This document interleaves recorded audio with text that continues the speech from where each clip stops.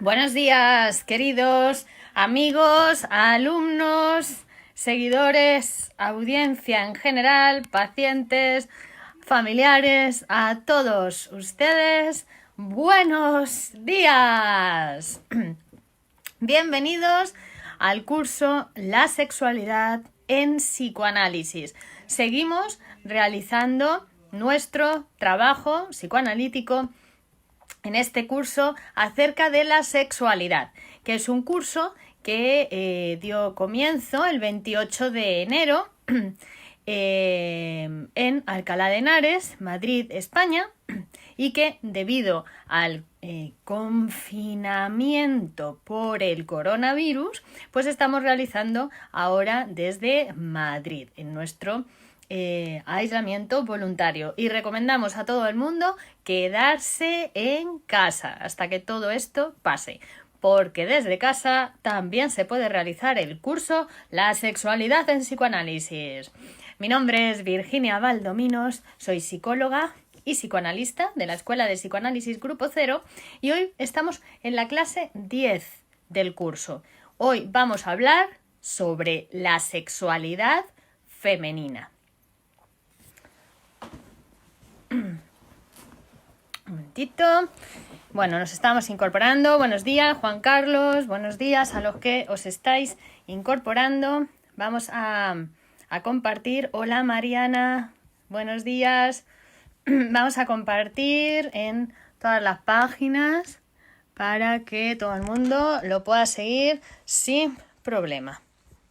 Dame un segundito y continuamos enseguida. Compartimos. Lo voy a compartir en la página de las 2001 noches y también lo voy a compartir en la página comercial de Virginia Valdominos, que da cabida a muchos más amigos que este perfil que ya está completo, para que más personas lo puedan ver. A ver, vamos a ver. Aquí está. Muy bien. Pues comenzamos entonces la clase de hoy sobre la sexualidad femenina. Ya sabéis que podéis hacer preguntas y comentarios a lo largo de la clase. Quedan esta y otra clase más para finalizar el curso. Así que estamos llegando prácticamente al final. Hoy es 31 de marzo del año 2020. Bueno, hemos estado viendo en las clases anteriores que hay un desarrollo libidinal infantil, ¿no? Y estuvimos viendo el martes pasado lo que era el complejo de Edipo, ¿no? Considerado normal, tanto para el niño como para la niña. Ya vimos que era eso del complejo de Edipo. En el complejo de Edipo normal había una fase del desarrollo libidinal que decíamos que los niños se caracteriza porque los niños están ligados al progenitor del sexo opuesto, ¿no? Es decir, el niño a la mamá y la niña al papá, ¿no? Frente al progenitor del mismo sexo, sin embargo, predomina la hostilidad. Buenos días, Daniel, ¿cómo estás? Yo estoy muy bien, ¿y tú? Respetando el confinamiento, pero muy bien de salud. Y muy bien todo alrededor. ¿Cómo estás tú? Bueno, entonces, en el niño era muy fácil comprender cómo sucedía esto, ¿no? Porque su amor, en primer momento, ha sido el amor hacia la mamá. Y a medida que se han hecho más apasionados esos sentimientos hacia su madre, pues a la vez va conociendo de que su mamá tiene una relación con su papá. Y también, en función de este conocimiento, va a ir aumentando su hostilidad hacia el padre, porque el niño va a ver en el padre un rival por el amor de la madre, ¿no? Es decir, al principio él está pegado totalmente a la madre y no ve a nadie más, pero a medida que se va dando cuenta de que también está el padre y sus sentimientos son muy apasionados hacia la madre, pues aparece esa hostilidad hacia el padre. Daniel dice, en clausura total. Muy bien, así es como hay que estar ahora. Y así pronto volveremos a vernos en persona. Bueno, en el caso de la niña, ¿cómo se produce esto? Bueno, para la niña también su primer amor ha sido la madre. Para todos nuestro primer amor fue mamá. ¿Qué queréis que os diga? Tanto para el hombre, para la mujer. Para la mujer fue un amor homosexual su primer amor, porque el primer amor fue hacia la mamá. Para el hombre, sin embargo, fue hacia el sexo contrario, ¿no? Bueno, pero entonces también la niña, su primer amor fue la madre. Claro, pero ya hemos dicho, vimos en la clase anterior, cómo hay un momento de su desarrollo psicosexual que la niña va a tener que abandonar a la madre, abandonar ese amor por la madre y dirigirse hacia el padre, ¿no? Desligarse de la madre, porque así va a pasar de ese amor homosexual, ¿no? a un amor hacia un hombre. Hola Sandra, buenos días. Entonces, son dos cambios, son dos mutaciones las que tienen que producirse en el desarrollo psicosexual de la mujer o de la niña, ¿vale? Que son dos.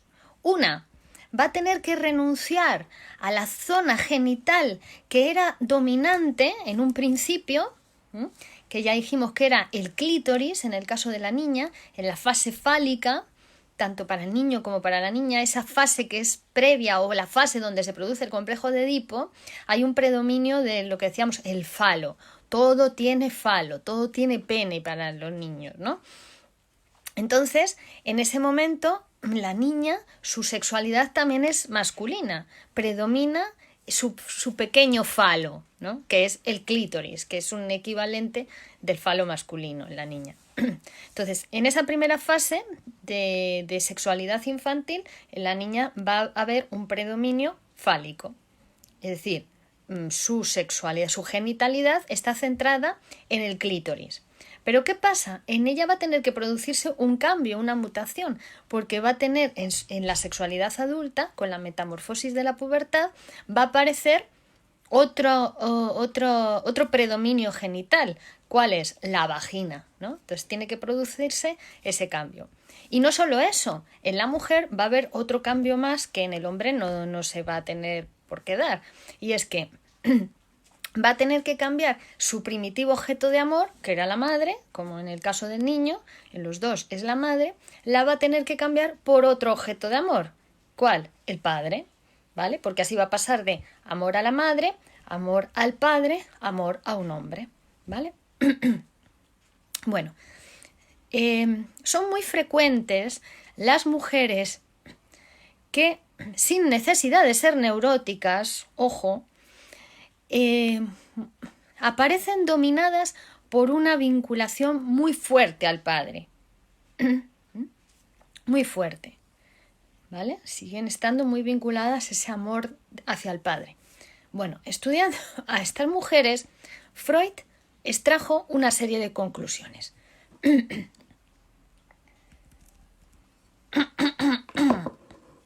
Dice, cuando esa vinculación hacia el padre es especialmente intensa, siempre estuvo precedida por una vinculación igualmente intensa y exclusiva hacia la madre.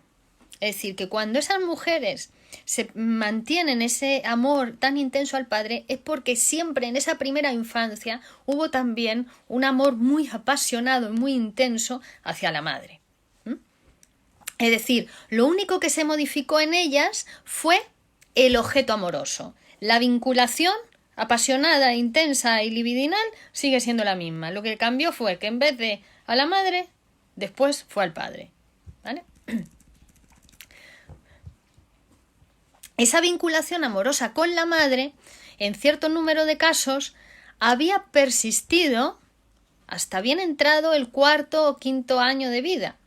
Es decir, que abarcaba todas esas fases que hemos ido viendo de la sexualidad infantil, la fase oral, la fase anal, la fase fálica, entraba bien ahí ya en el complejo de Edipo, ¿no? En el primer periodo del florecimiento sexual, porque estamos hablando 4º o 5º año. Había habido una fijación muy intensa a la madre. Hasta llegar a aceptar Freud que muchas mujeres quedan detenidas en esa primera vinculación materna, en ese primer amor a la madre, sin que hayan alcanzado una genuina orientación hacia el hombre. Entonces, esta fase preedípica, esa fase previa al complejo de Edipo, vemos que en la mujer va a adquirir una importancia muy especial. Dice Freud, es tanto haber descubierto esta fase preedípica en la mujer y la importancia de esta fase preedípica en la constitución femenina, es algo así como el descubrimiento de la cultura minoico-miceniana después de la cultura griega. Llega a decir Freud, ¿no? Buenos días, Melina Werner, y buenos días, Nabil Al-Moukri. Buenos días, bienvenidos. Estamos hablando de la constitución de la sexualidad femenina en el ser humano, ¿no? En el psiquismo humano. Porque estamos hablando de la mujer, pero después vamos a ver esto como también se aplica a los hombres, ¿no? Estamos viendo que hay diferencias en lo que es la constitución de la masculinidad y la constitución de la feminidad, ¿no? Y cómo la mujer entonces tiene que cambiar esa vinculación amorosa de la madre al padre, ¿no? Mientras que en el carácter masculino, en la masculinidad, sí cambia de la madre a otra mujer. Y luego también cómo cambia la zona genital central en la niña, de esa primera sexualidad infantil donde la sexualidad está centrada en el clítoris, a la sexualidad adulta donde ya existe la vagina. Bueno, la fase predípica va a ser muy importante en la constitución de la feminidad. Buenos días, Antonio Zamorano. Todo lo que haya pasado en esta primera fase de vinculación a la madre, ¿no? Dice Freud, en el análisis de las pacientes, de las mujeres, está siempre nebuloso, perdido, esa primera vinculación a la madre. Como si hubiese sufrido una represión particularmente inexorable. Bueno, aquí llega Freud incluso a preguntarse si es una cosa con el analista hombre que le impide llegar a esa relación transferencial con la madre, si las analistas mujeres será más fácil, pero esto después cuando nos hable de la transferencia, cuando nos hable de ese campo de fuerzas que se construye entre el paciente y el psicoanalista en análisis, aquí ya nos va a decir que transfiere el paciente tanto afectos dirigidos a la madre como afectos dirigidos al padre o a otras personas, ¿no? Los transfiere a la figura del analista, sea un hombre o sea una mujer, porque al final es una atribución que hace el paciente, ¿vale? Bueno, volvemos entonces a la fase de vinculación materna de la mujer y del hombre, ¿no? Con esa fase preedípica, es decir, antes del complejo de Edipo, antes de que intervenga el padre y le diga con tu madre no. Eso está prohibido, ¿no? Bueno, en el caso de la mujer, entonces, esta fase que se hace especialmente importante parece tener una relación muy íntima con la etiología de la histeria, ¿vale? Por eso se suele decir que la histeria que afecta más a las mujeres o que, bueno, pero no es extraño que se diga eso, aunque no es así. La histeria afecta tanto a las mujeres como a los hombres, ¿no? Pero dice, sí que está en relación con la sexualidad femenina, con la constitución de la feminidad, esta fase preedípica, ¿no? Y entonces dice, y no es extraño, puesto que tanto esta fase como la histeria son característicamente femeninas. En esta dependencia de la madre, dice, también se va a hallar el germen de la ulterior paranoia de la mujer, ¿vale? Cuando una mujer se pone paranoica, tiene que ver con esa relación con la madre. Bueno, y después vamos a ver algunos casos clínicos, como por ejemplo el caso de Schreber, que en el curso de paranoia que tenéis en el canal de YouTube podéis ver completamente este curso, son 5 clases sobre la paranoia, y ahí vamos a ver cómo la problemática de Schreber tiene que ver con ponerse en posición femenina frente a otro hombre, ¿no? Que para hacer esto, que justo lo tienen que hacer cuando le nombran, le ascienden en el trabajo, cada ascenso del trabajo le volvía loco, ¿no? y para feminizarse, digamos, lo que se vuelve loco, se desarrolla un delirio y una paranoia donde piensa que es la esposa de Dios. ¿Veis? Bueno, entonces, cuando una mujer, decíamos, tiene una vinculación muy fuerte con el padre, es porque ha heredado esa fuerte vinculación preedípica con la madre. Y esta fase, hola Nora, buenos días, esa fase previa persiste a veces durante mucho más tiempo del que nos podemos imaginar, ¿vale? Porque persiste en lo inconsciente. Quiere decirse que esa relación con la madre y con el padre, una vez pasado el complejo de Edipo, se hacen inconscientes, viven en nosotros inconscientemente. Bueno, ahora vamos a ubicar este descubrimiento en el desarrollo libidinal de la mujer. E inevitablemente vamos a repetir algunas cosas de las que hablamos el martes pasado y vamos a ir comparándolo con el caso del hombre. A ver. Daniel Duen Sánchez dice: buenos días. Una pregunta. ¿Entonces el complejo de Edipo en las mujeres se da hacia la madre y no hacia el padre? ¿O en qué edad pasa de ser el objeto amoroso la madre al padre? Vamos a ver. Vamos a intentar hablar, para comprender esto bien, vamos a intentar hablar de masculinidad, feminidad, más que de hombres y mujeres. Y ahora os digo por qué. Porque tanto en los hombres como en las mujeres hay masculinidad y feminidad. Y tanto unos como otros constituimos en nosotros un hombre y una mujer. Es decir, no es que seamos yo soy mujer y tú eres hombre, no. Tú eres un 70% hombre, un 30% mujer, o yo soy un 50% mujer, un 50% hombre, o como sea, ¿no? Es una cuestión de cantidades, ¿vale? Pero todos tenemos una parte femenina, una parte masculina, un padre y una madre, ¿no? Son los 4 sexos que decimos en psicoanálisis: padre, madre, hombre y mujer, que todos tenemos que constituir en nuestro psiquismo. Entonces, ahora estamos viendo lo que es la sexualidad femenina, cómo se constituye la sexualidad femenina, que lo van a tener que constituir tanto el niño como la niña. Y todos van a pasar por el complejo de Edipo y por las mismas fases, por los mismos procesos del complejo de Edipo. Es decir, los dos primero van a amar a la madre, va a ser el primer amor de los dos. La diferencia es que con el niño pues es una persona del sexo opuesto y la niña es una persona del mismo sexo, ¿vale? Entonces, los dos, su primer amor va a ser la madre, y el complejo de Edipo va a traer la interdicción del incesto. Va a traer al padre, que es el que le dice: con tu madre no. Con tu madre no. Cuando aparece esa amenaza de castración del padre, ¿no? Porque generalmente es a través de la palabra de la madre, pero es el padre, ¿no? Porque la madre dice: ya verás cuando venga tu padre, ¿no? El niño se está masturbando, que eso no se hace, como se lo diga a tu padre, ya verás, te va a cortar la mano, o te va a cortar el pito, o no hace falta ni que se lo diga, ¿no? Pero llega a través del lenguaje la amenaza de castración. La amenaza de castración quiere decir: no puedes hacer todo lo que quieres hacer, ¿no? Hay cosas que están prohibidas, es decir, eres un mortal. No eres un dios, ¿no? No eres un inmortal. Vives con otros seres humanos y hay cosas que están prohibidas para poder vivir, para poder convivir con otros seres humanos. Viene a ser algo así, ¿no? La castración,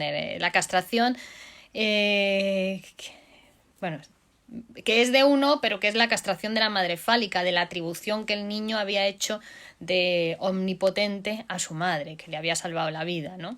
Entonces ahora viene el padre y el niño se da cuenta de que la madre no lo ha hecho sola, que ha necesitado de otros, que ha necesitado del padre, ¿no? Entonces ahí el niño ya tiene que humanizarse, ahí es donde se humaniza, se da cuenta de que es un ser humano proveniente de padre y madre. Entonces, los dos van a amar primero a la madre, ¿no? Y los dos van a sentir el primer odio, la primera hostilidad y el primer deseo de que desaparezca el padre. ¿Vale? Y ahí se constituye la masculinidad en los dos, tanto en el niño como en la niña. Amor hacia la madre, elección de objeto amorosa, y identificación con el padre. Se identifica con el padre como rival por el amor de la madre. ¿vale? Ahí se constituye la masculinidad en los dos. Pero luego tienen que constituir la feminidad. Y la feminidad es pasar del amor hacia la madre al amor al padre, ¿no? Eligen como objeto amoroso al padre y se identifican con la madre. Y ahí la madre es la rival. Y a quien quieren hacer desaparecer es a la madre. Y así se va a constituir la sexualidad femenina, ¿vale? Es decir, los dos pasan por los mismos procesos. Y eso de la sexualidad femenina pues viene a ser más o menos con la metamorfosis de la pubertad. Ya es lo último que se constituye en el aparato psíquico. O también podríamos decir que el psiquismo no está constituido del todo hasta que no se constituye la feminidad. Luego otra cosa es que uno la reprima, no quiera saber nada de eso, ¿no? Está totalmente reprimido su parte femenina, tanto hombres como mujeres, porque también la mayoría de las mujeres tienen reprimida su parte femenina, su feminidad, ¿no? Es lo más complejo la feminidad, porque es aceptar la diferencia sexual, es aceptar que hay hombres y que hay mujeres, que hay masculino y que hay femenino, en un mundo pues hecho de una manera muy masculina, ¿no? El mundo actual está hecho,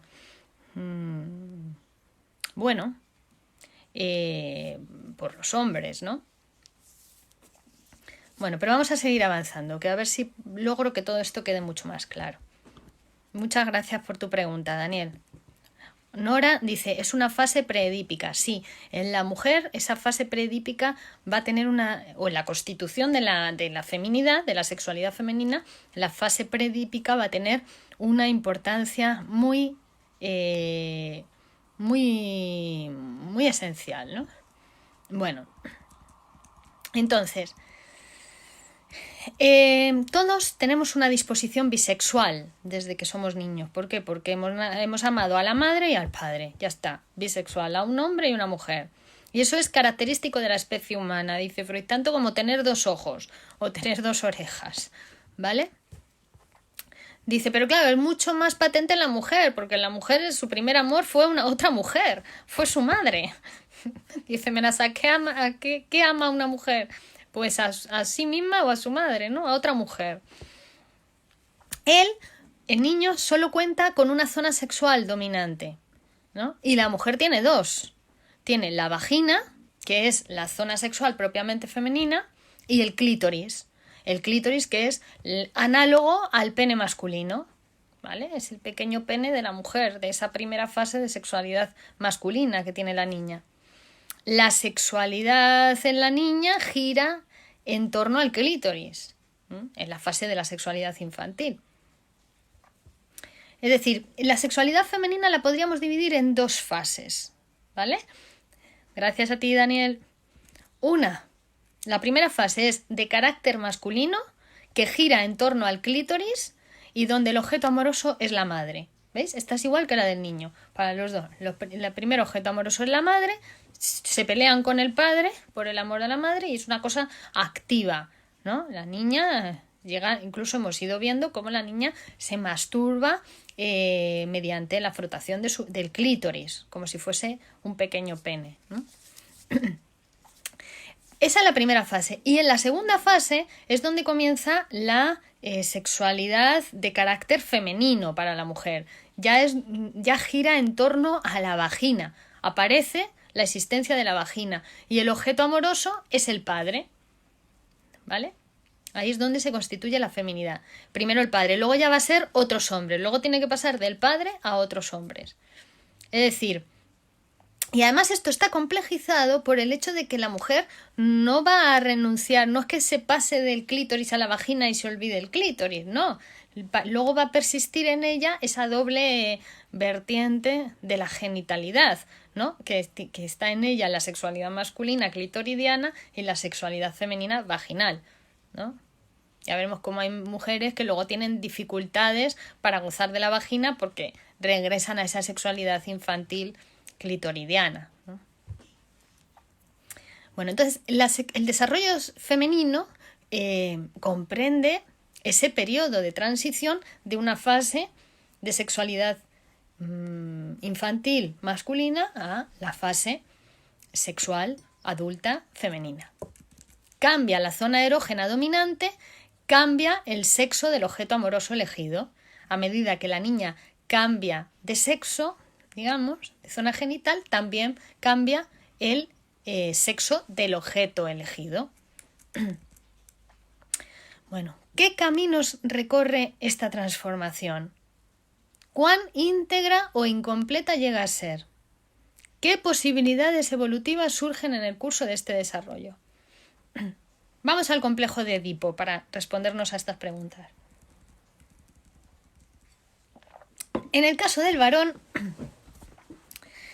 bueno, cuando el niño descubre la posibilidad de castración, acordaos, ¿no? El niño está en fase fálica, su pene es lo más importante, se lo toquetea, se hace pis por las noches en la cama, que es una especie de polución nocturna, y no puede pensar bajo ningún concepto que a alguien le falte esa parte de su cuerpo tan estimada para él.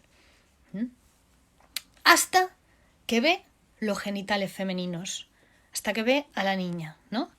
Y entonces ahí el niño se horroriza y dice, pero si esta, porque ya le han amenazado alguna vez, le han dicho, deja de hacer eso, no te toquetes, tal, ¿no? Entonces, nunca lo creyó del todo, pero cuando ve a la niña que a ella le falta esa parte de su cuerpo tan preciada para él, ¿no? Ahí el niño entra en el complejo de Edipo, es decir, la amenaza de castración tiene efecto cuando ve los genitales femeninos. Dice, a ver, ¿por qué me decanto? ¿Qué decido? La estimación de mi órgano, o sea, una cosa narcisista, ¿no? O sigo amando a mi madre, o sigo masturbándome a pesar de la prohibición. Sigo amando a mi madre a pesar de que está prohibida, ¿no? Bueno, entonces, eso es lo que le lleva al niño la entrada al complejo de Edipo, el miedo a perder, ¿no? La amenaza de castración. Y como consecuencia de todos los procesos del complejo de Edipo que vimos en la clase pasada, ahí se crea su superyo, que es el heredero del complejo de Edipo, ¿no? Es decir, introyecta las figuras del padre y de la madre. Las introyecta, ya no es necesario que esté el padre diciéndole no, eso no se hace, ya uno lo interioriza, ya sabe dónde está el límite, ¿no? Superyo. Con el superyo queda internalizada la autoridad paterna, pero ahora tendrá que hacer el trabajo de desprender a esta autoridad del padre real. Es decir, ahora ya va a separarse, ¿no? Ya esa autoridad queda introyectada y el padre real queda fuera. Entonces, lo que restringe la sexualidad infantil en el niño, lo que la limita va a ser ese interés genital narcisista que se conserva en la preservación de su pene. Y en el hombre va a persistir a lo largo de toda su vida, inconscientemente, la mayoría de las veces, un desprecio por la mujer. ¿No?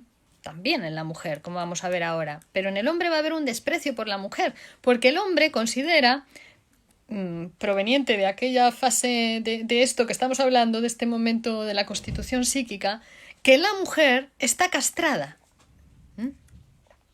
Y de ahí surge, en algunos casos, las dificultades para elegir como objeto sexual a la mujer en muchos hombres. Y esto les puede llevar a hacer una elección homosexual. ¿Vale? Ese terror hacia lo femenino. Muchos homosexuales lo son no porque haya una preferencia hacia el sexo masculino, sino por el miedo a lo femenino, el terror, ¿no? A los genitales femeninos. ¿Por qué? Eso les recuerda la castración, que ellos pueden ser castrados, es decir, su propia mortalidad, que son mortales, que hay hombres y que hay mujeres, ¿no? Es frente a la diferencia sexual. Bueno, ¿qué sucede en el caso de la mujer? Las repercusiones en el caso del complejo de castración en la mujer son diferentes. ¿Por qué? Porque la mujer no tiene, o sea, ya parte de que... no que no tiene. La niña cuando ve el genital masculino piensa que ya le crecerá a ella. O también piensa que a ella se lo han castrado, que a ella se lo han quitado o que no se lo han dado, ¿no? lo piensa como un infortunio personal la niña. Y entonces ella atribuye una superioridad al hombre y se atribuye una inferioridad ella frente al niño, ¿vale? Que como veis, esto también queda inconscientemente en muchas mujeres, sino en todas, ¿no? Que hay siempre una cierta... Ella misma se atribuye cierta inferioridad con respecto del hombre. Por eso vemos que estas cuestiones del machismo, que el machismo es inconsciente y el machismo está en todos y proviene de estas cuestiones edípicas, ¿no? Que bueno, pues que cabe psicoanalizar para uno no caer bajo los efectos de ese machismo inconsciente, sino poder transformarse y poder transformar su realidad, ¿no? Bueno, pero la niña, a la vez que hace esa atribución de que el niño es superior a ella porque tiene y ya no tiene, y si no escuchar muchas frases femeninas, ¿no?, de la mujer, que no tengo dinero, no tengo tiempo, no tengo tal, también los hombres las dicen a veces, ¿no? Aunque el hombre también lo que tiene es más miedo de perder, ¿no? La mujer, como ya aparte de que no tiene, está en la queja de que no le dieron, de que no tiene, de que quiere lo mismo que él, la igualdad. Bueno. Bueno, entonces,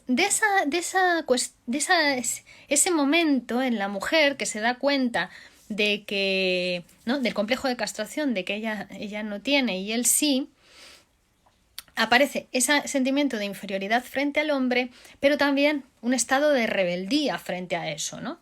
Y de ese conflicto pueden surgir 3 caminos evolutivos. El primero de ellos es el apartamiento general de la sexualidad. Es decir, la niña se compara con el niño y se asusta, ¿no? Se asusta. Porque él sí y yo no. Se torna insatisfecha con su clítoris, porque más chiquitito, ¿eh? El clítoris es así y el pene más grande. Entonces la niña se siente totalmente insatisfecha. Entonces renuncia a su actividad fálica, porque en ese momento la niña también está en fase fálica, también está jugando con su cosita, se la está estimulando. Y al renunciar a esa masturbación fálica, a esa masturbación clitoridiana, renuncia también a la sexualidad general y aparte de sus inclinaciones masculinas en otros sectores, porque ahí la niña tiene esa cuestión masculina de actividad, de amor a la madre, de querer poseer a la madre, ¿vale? Esa es la primera posibilidad evolutiva. Entonces, que la niña, frente a la diferencia sexual, se asusta y renuncia a su sexualidad y a su actividad, a su masculinidad. La segunda posibilidad evolutiva es que frente a la diferencia sexual, la niña se autoafirma en su masculinidad amenazada, ¿no? Y dice, en este caso la mujer puede conservar hasta una edad insospechada la esperanza de que alguna vez va a tener pene, de que alguna vez le va a crecer. Esto también es inconsciente, están muchas mujeres, sino en todas, ¿no? También, de alguna manera o en cierta cantidad. Algún día podré, ¿no? Algún día llegaré, ¿no? Como si alguna vez le fuera a crecer el pene.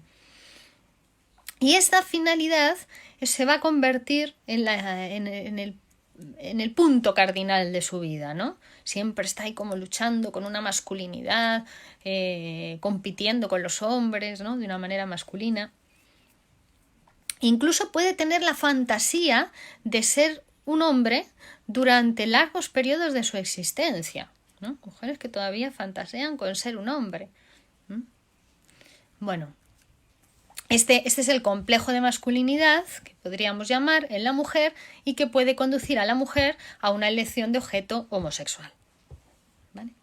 Ese sería entonces el segundo camino evolutivo, una autoafirmación en su masculinidad.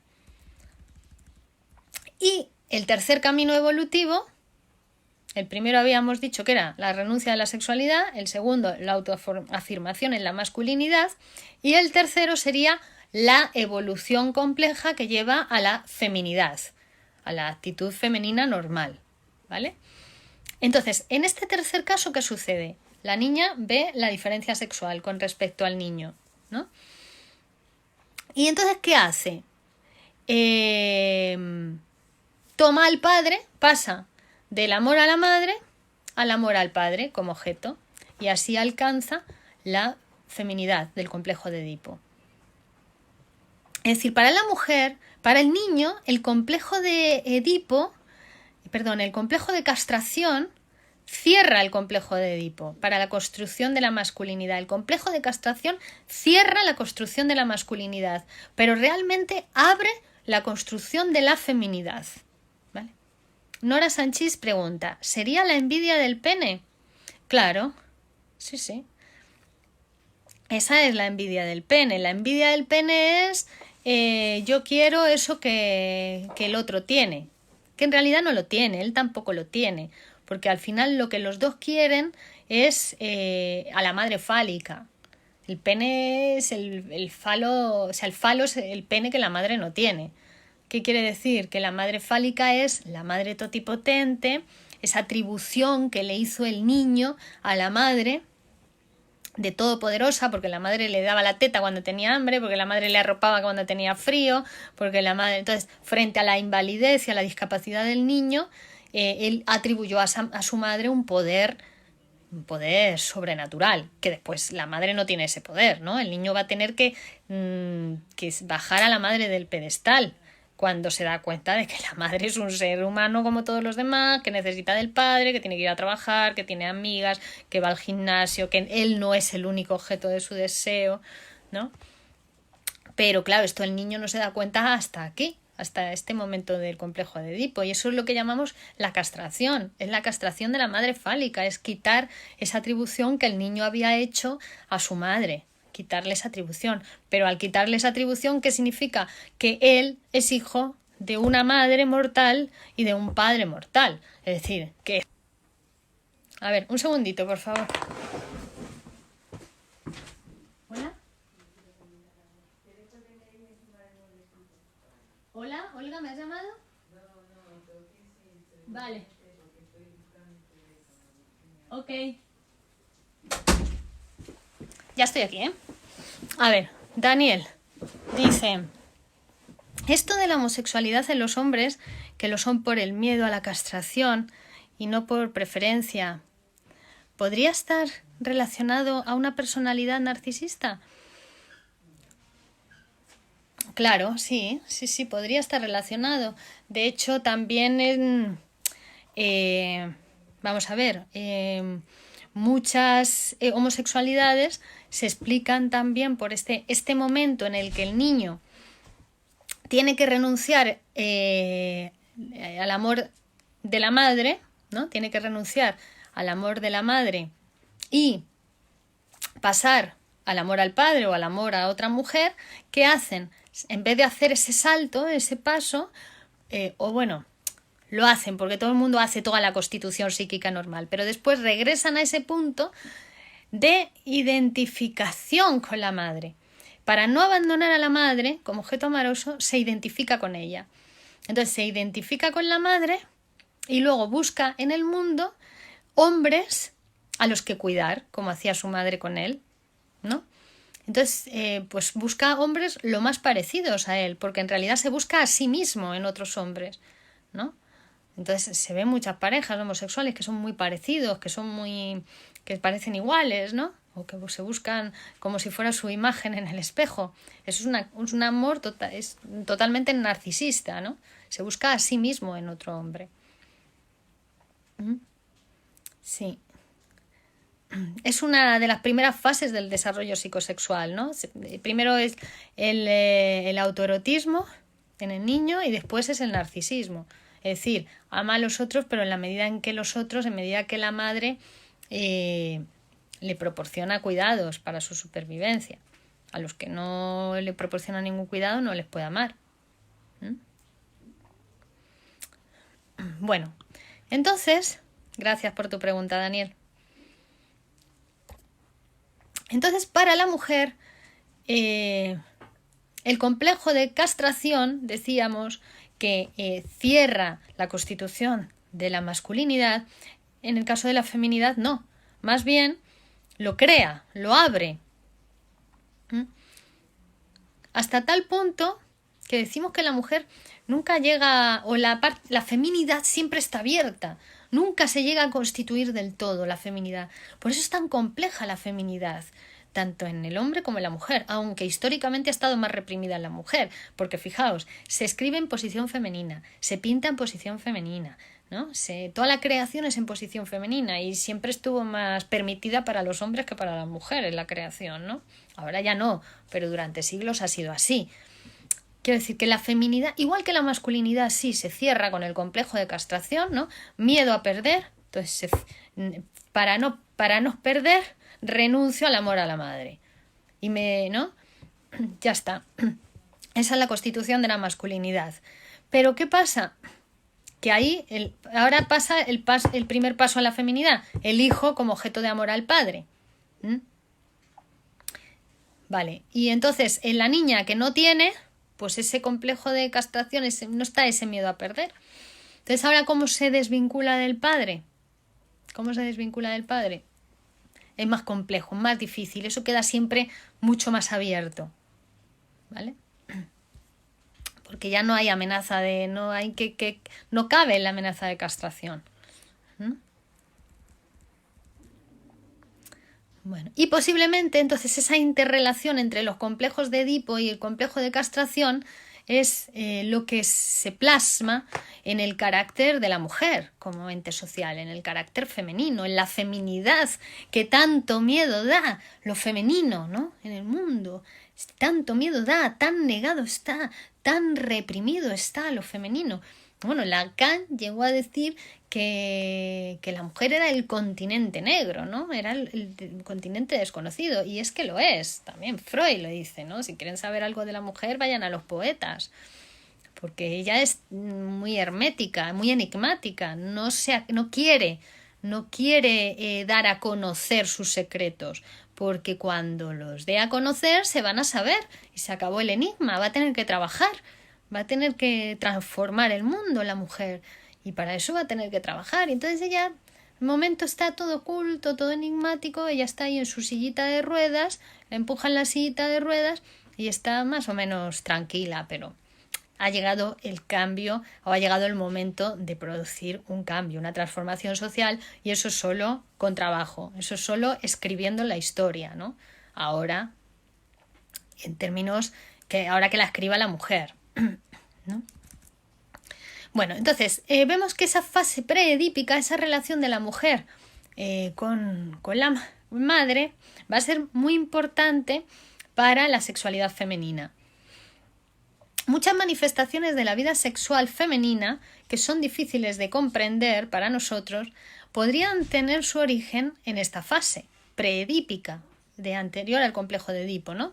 Por ejemplo, muchas mujeres eligen a sus maridos de acuerdo con el modelo del padre o colocan al marido en el lugar del padre, es decir, se casan con el marido, viven con el marido, pero su marido es como un padre para ellas, es quien le cuida, entonces lo colocan ahí en el lugar del padre. Sin embargo, después con el marido repiten la mala relación que tuvieron con la madre, ¿no? Es decir, se llevan fatal con el marido, están siempre criticándole o discutiendo con él, ¿no? Entonces, el marido, en realidad, debería haber heredado la relación que esa mujer tenía con su padre, ¿no? Pasó de amor a la madre, amor al padre y amor al marido. Entonces, tendría que haber heredado la relación con su padre. Pero en lugar de eso, heredó la relación primitiva con la madre, esa relación de hostilidad hacia la madre. Eso se puede entender, dice Freud, como una regresión, porque la relación con la madre fue más primitiva y sobre esa relación con la madre se estructuró después la relación con el padre. Y ahora en el matrimonio lo primitivo vuelve a emerger de la represión.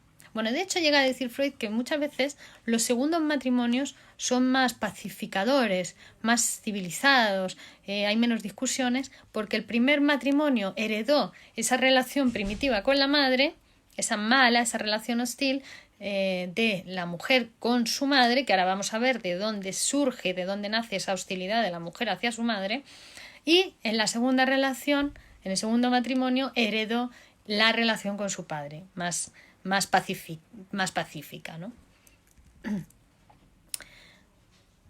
Claro, dice, muchas mujeres todo el periodo de su madurez se lo pasan inmerso en los conflictos con su marido, tal como en su juventud la tuvieron dedicada a los conflictos con su madre. ¿Mm? Esta actitud hostil a la madre no fue resultado del complejo de Edipo, sino que proviene de esas frases preedípicas, habiéndose sido reforzada después por el complejo de Edipo. Entonces, ¿por qué la mujer? Vamos a ver ahora, si la amenaza de castración no hace efecto en la mujer, porque ella no tiene, entonces no tiene miedo a perder, ¿por qué se desprende la mujer del amor a la madre? ¿Por qué pasa de la madre, de amor a la madre, a amor al padre? ¿No? Bueno, hay una serie de factores que son comunes tanto para el niño como para la niña. Por ejemplo, los celos. Leandro Sanen dice, no puedo quedarme más tiempo, ya es tarde acá en México, pero es que espero escuchar más muy pronto. Gracias. Gracias, Leandro. Después este vídeo yo lo voy a colgar en mi canal de YouTube, va a quedar en Facebook también, pero podéis ver todos los vídeos de todas las clases de este curso y otros cursos también muy interesantes, muy psicoanalíticos, los podéis ver en mi canal de YouTube, ¿vale? Virginia Valdominos, ahí tenéis todo. Y si os suscribís, vais recibiendo todas las novedades semanales de todos los cursos que voy haciendo, ¿vale? Venga, que descanses y estamos en contacto. Gracias a ti. Bueno, entonces, los celos. Los celos son comunes tanto a los niños como a la niña. Y la envidia también. No pensemos que la envidia es una cosa, la envidia del pene es una cosa que solo le pasa a la mujer. Vale, saludos. Nos pasa todo, porque son funciones. Hombre, mujer son funciones. No tiene que ver tanto con lo biológico, aunque por supuesto va a tener que ver en estos momentos del complejo de Edipo, ¿no? De cuando se constituye. Pero bueno, los celos nacen ahí, son edípicos, nacen en la relación con los hermanos, las hermanas y otros rivales del amor de la madre, como por ejemplo el padre. ¿Por qué? Porque el amor del niño exige exclusividad. El niño no se conforma con participaciones, lo quiere todo para él. Además, el amor del niño no tiene fin, ¿no? Es desmesurado, no tiene límites. Por eso está condenado a terminar con una defraudación. El niño se va a tener que defraudar, porque claro, como su amor es tan inconmensurable, ¿no? Tan voraz, no le va a quedar otro remedio, que se va a tener que defraudar. Y eso es lo que va a dar lugar al paso de ese apasionamiento a una hostilidad, ¿vale? Abandonará la posición insatisfactoria para buscar otra nueva, o mantendrá una relación amorosa con su madre, seguirá manteniendo la relación amorosa, pero inhibida en su fin. Es decir, ahora esa relación que era verdaderamente sexual hacia su madre, con fines sexuales, infantiles, claro está, pues ahí va a tener que transformarla por una relación de ternura, de cariño, ¿vale? O cambia esa relación buscando a otra mujer con la que sí que pueda tener esos fines sexuales. Vale. El factor específico en el caso femenino, ¿cuál va a ser? La niña descubre su inferioridad orgánica, ¿no? Que va a ocurrir más tarde o más temprano. Ocurre más temprano cuando tiene hermanos varones o compañeros de juego masculinos. Ahí es cuando ve que el niño tiene pene y ella no. Y todavía ella no sabe de cuál es su órgano femenino, todavía no existe la vagina. Ella piensa que ella está en inferioridad con respecto a él porque ella no tiene pene. Entonces, en ese momento puede seguir las 3 vías que hemos visto. O suspende toda actividad sexual, o se obstina y se hace desafiante, ¿no? Por sobreactuación de su propia masculinidad, o aparecen los primeros arranques hacia la feminidad definitiva. El que se dé una cosa u otra, ¿de qué va a depender? De la actividad fálica de la niña, ¿no? hasta qué punto ha sido descubierta en su actividad fálica y hasta qué punto ha sido coartada esa actividad fálica.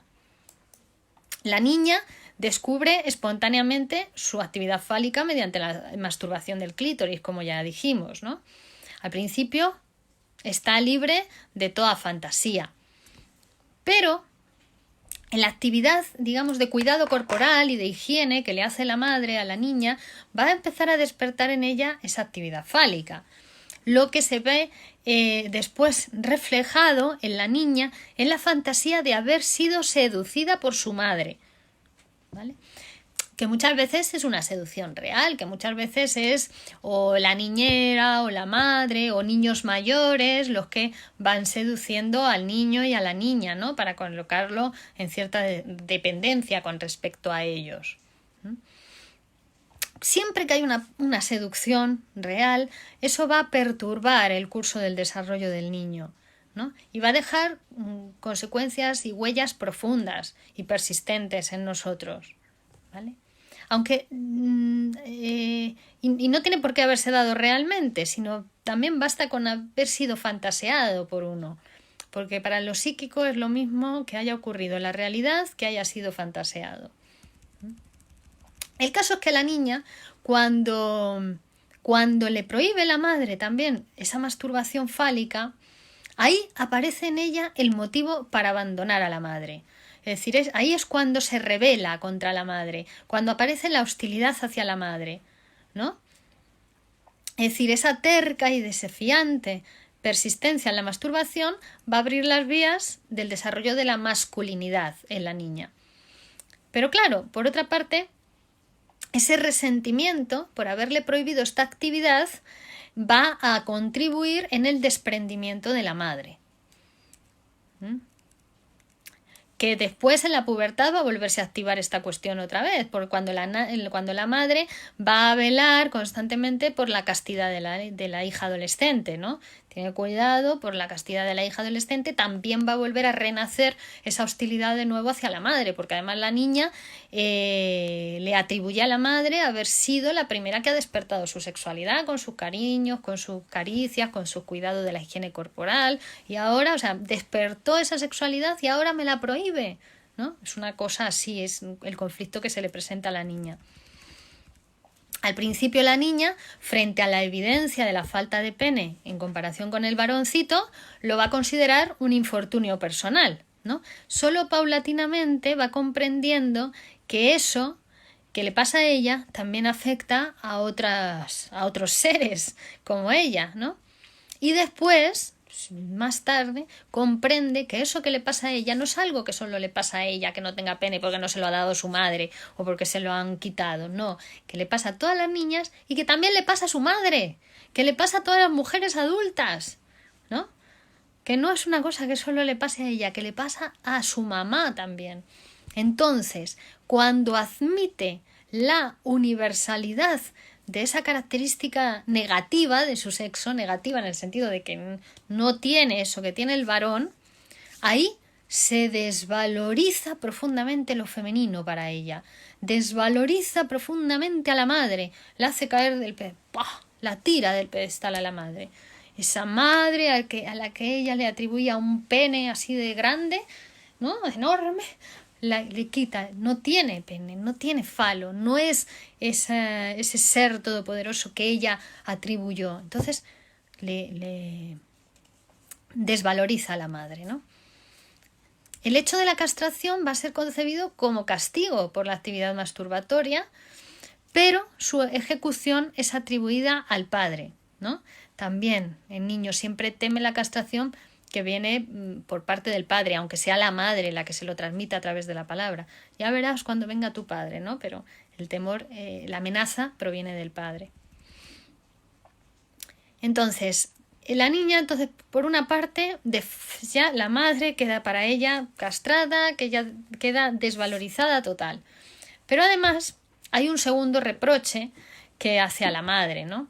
La niña le dice que no le ha dado suficiente leche, que no la amamantó bastante, Otros reproches que se ven en el análisis, como ese motivo de desprendimiento de la madre, pues son que descuidó, que a ella no le dio un pene, ¿no? Que no le dio el órgano genital adecuado, que no la nutrió suficientemente, que la obligó a compartir con otros su amor, que nunca llegó a cumplir sus demandas amorosas, que primero estimuló su actividad sexual para después prohibírsela, ¿no?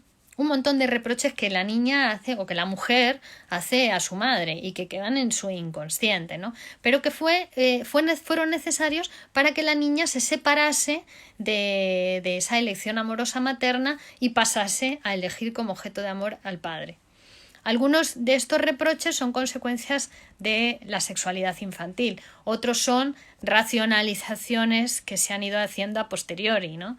Como por ejemplo, si es que no me dio la teta, ¿no? Mi madre.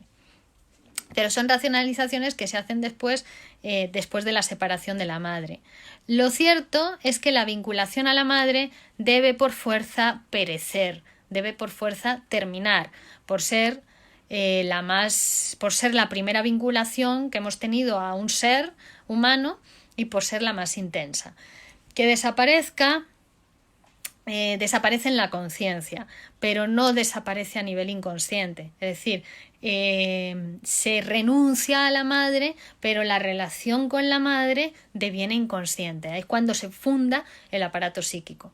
La relación con la madre y después también la relación con el padre deviene inconsciente. Ellos pasan a constituir el super yo de nuestro psiquismo, que es el heredero del complejo de Edipo. Es la internalización de la figura paterna y materna. Entonces, la ambivalencia afectiva, ¿no? Cuando sentimos amor y odio hacia la misma persona, es la regla en estas primeras fases de la vida amorosa, ¿no? En muchas personas va a persistir durante toda la vida, durante la vida eterna, ese amor-odio hacia la misma persona, ¿no? Hacia su marido, hacia su mujer, hacia su padre, hacia su madre. Y en el neurótico obsesivo, por ejemplo, es característico. Es una cosa que está exagerada en la neurosis obsesiva. En la niña, esta ambivalencia afectiva debe estar dominando esa primera vinculación tan fuerte con la madre, ¿no? Ese amor-odio hacia la madre. Y al final todos esos factores que hemos ido mencionando, el amor-odio, el que le atribuye que ella no tiene pene y además esa defraudación con la madre, son todos esos factores los que llevan a la niña a finalmente separarse de la madre, ¿no? A desligarse de esa elección de objeto amorosa. Y en el caso del niño, si también existe esa ambivalencia afectiva en el niño hacia la madre, ese amor-odio, ¿por qué en el niño, digamos, en la masculinidad, cómo resuelve la masculinidad ese amor-odio hacia la madre? Lo resuelve transfiriendo todos los sentimientos negativos de odio y hostilidad a la figura del padre, ¿no? En el niño va a quedar más eso. Bueno, y ¿de qué índole? ¿No? En la niña. ¿Qué es lo que la niña pretende de su madre? ¿De qué índole son esos fines sexuales que la niña tiene con respecto a la madre en esa fase exclusivamente materna, ¿no? De vinculación exclusivamente materna? Bueno, pues son fines tanto activos como pasivos, ¿no? Si nosotros vemos a los niños, observamos, para esto no hay que ser psicoanalista, los niños que tenéis a vuestro alrededor, basta con escucharlos y observarlos con un instrumento de escucha, como es el psicoanálisis, que vais a empezar a ver todas estas cosas de las que estamos hablando, ¿no? Entonces, cuando vemos a los niños, vemos que cuando ellos han recibido pasivamente una determinada impresión, después ellos tienden a hacerlo activamente. Por ejemplo, le llevas al médico o al dentista, el dentista le abre la boca, le mira y después él va a casa y se pone a jugar con sus muñecos a que él o ella es el médico y los muñecos son los pacientes, ¿no? O con el hermanito pequeño le hace abrir la boca, es decir, lo que han vivido de una manera pasiva después lo quieren hacer activamente con los otros, ¿no? El juego precisamente está al servicio de ese propósito, de completar una vivencia pasiva mediante una acción activa, ¿no? ¿Para qué? Para anularla, en cierta manera, eso que le ha impactado, ¿no? Bien. Entonces, no todos los niños consiguen hacer siempre ese viraje de la pasividad a la actividad, ¿vale? Ni con la misma energía. Y de esa conducta de poder pasar de la pasividad a la actividad van a deducirse después las tendencias masculinas y las tendencias femeninas en nuestra vida sexual, ¿no? Todos vamos a tener que tener actitudes femeninas y masculinas, pasivas y activas, y que podamos hacerlo o no podamos hacerlo o con no suficiente energía tiene que ver con este momento de nuestro psiquismo, ¿no? Con esa cuestión a la que regresamos muchas veces, que el complejo de Edipo no es algo que haya pasado una vez en nuestra infancia y ya está, que pasa, que nos posicionamos en el complejo de Edipo cada vez, ¿no? Bueno, entonces, las primeras vivencias del niño con su madre son pasivas. La madre le amamanta, le limpia, le obliga a comer, ¿no? A realizar todas sus funciones fisiológicas. Entonces, el niño goza con estas vivencias pasivas, en parte, y en parte intenta convertirlas en actividad. El proceso de ser amamantado después es sustituido por la succión activa. Al principio solo le dan la teta. Uno quiere que le den la teta, le quieren la teta, ¿no? Después tiene que pasar a una posición activa, dar la teta a otros, darle a otros, ¿no? Ahora mismo todo el mundo quiere que le dé la teta. Todo el mundo quiere chupar de la teta, ¿no? Que el Estado le pague todo. Bueno, Estado somos todos, ¿no? Bueno, entonces, las relaciones con su madre se van a ir independizando. Va a ir haciendo poco a poco por sí mismo lo que antes no podía hacer. O bien convierte a la madre en objeto, ¿no? Pasando el niño a ponerse en posición activa y a la madre en posición pasiva. Por ejemplo, cuando los niños juegan, le dicen a la mamá, ahora vamos a jugar a que yo soy la mamá y tú eres mi hija, ¿no? Dice la niña. Pero o si no, lo hace con la muñeca, ahora yo soy la mamá y esta es mi niña, ¿no? Es decir, ella es el representante de la mamá y el muñeco es su representante. Bueno, el que las niñas sean más propensas a jugar a muñecas suele interpretarse como que eso es un signo de su feminidad, un signo precoz, pero no debemos olvidar que es más bien la parte activa de la feminidad la que pone en juego la niña cuando juega con los muñecos, ¿no? Porque ahí está identificada con la madre, que es la que le hacía a ella antes las cosas, ¿vale? Bueno. Entonces, la actividad sexual de la niña con respecto a su madre va sucediéndose a través del desarrollo libidinal por todas las fases que hemos ido viendo. La fase oral, la fase anal, la fase fálica. Por ejemplo, en la fase oral, esos deseos agresivos, orales y sádicos, sexuales, del niño hacia la madre, no, al principio solo chupa la teta, pero también hay un deseo de comerse a la madre del niño, ¿no? Pero también se manifiestan en el temor de la niña de ser comida por la madre, ¿vale? Si ese temor ingresa en la conciencia, va a justificar los propios deseos de muerte contra la madre, ¿vale? Todo esto pasa en psicoanálisis, lo vemos en el paciente que viene a tratamiento, ¿no? Se produce de manera inconsciente, está sobredeterminando de manera inconsciente las cosas que le pasan en la vida, pero hay que interpretárselo porque es inconsciente para él o para ella, ¿no? El miedo a ser devorado por el padre en muchos pacientes hombres probablemente sea producto de esa transformación de la agresión oral dirigida contra la madre, ¿no? Es una agresión oral del niño hacia la madre en posición activa que después se vira hacia un miedo a ser devorado por el padre. Fijaos, ¿no? La persona que el niño quiere devorar es a la madre que lo ha nutrido Es como invertir el papel, ¿no? Identificarse con la madre para hacer lo mismo que la madre hizo con él.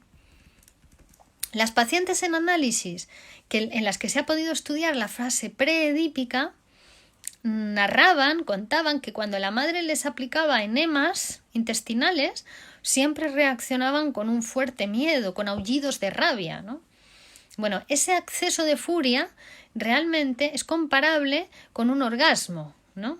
Consiguiente a una excitación genital. Era por una estimulación de esas fuentes erógenas sádico-anales, ¿no? En el momento sádico-anal veríamos cómo ahí está esa relación agresivo-sexual con la madre, ¿no?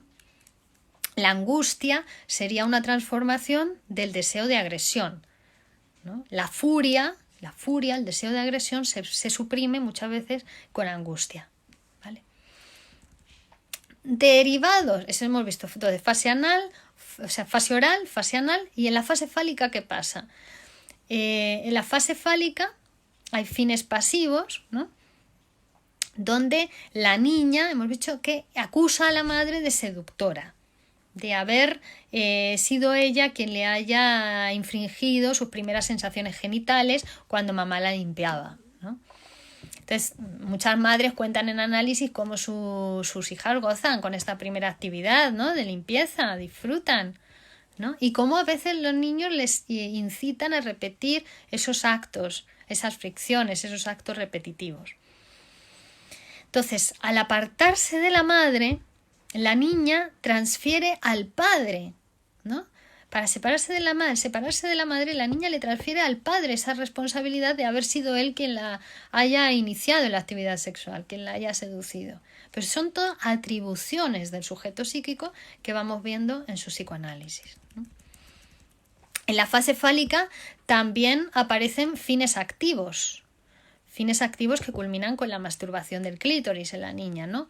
Por fantasías con la madre muchas veces.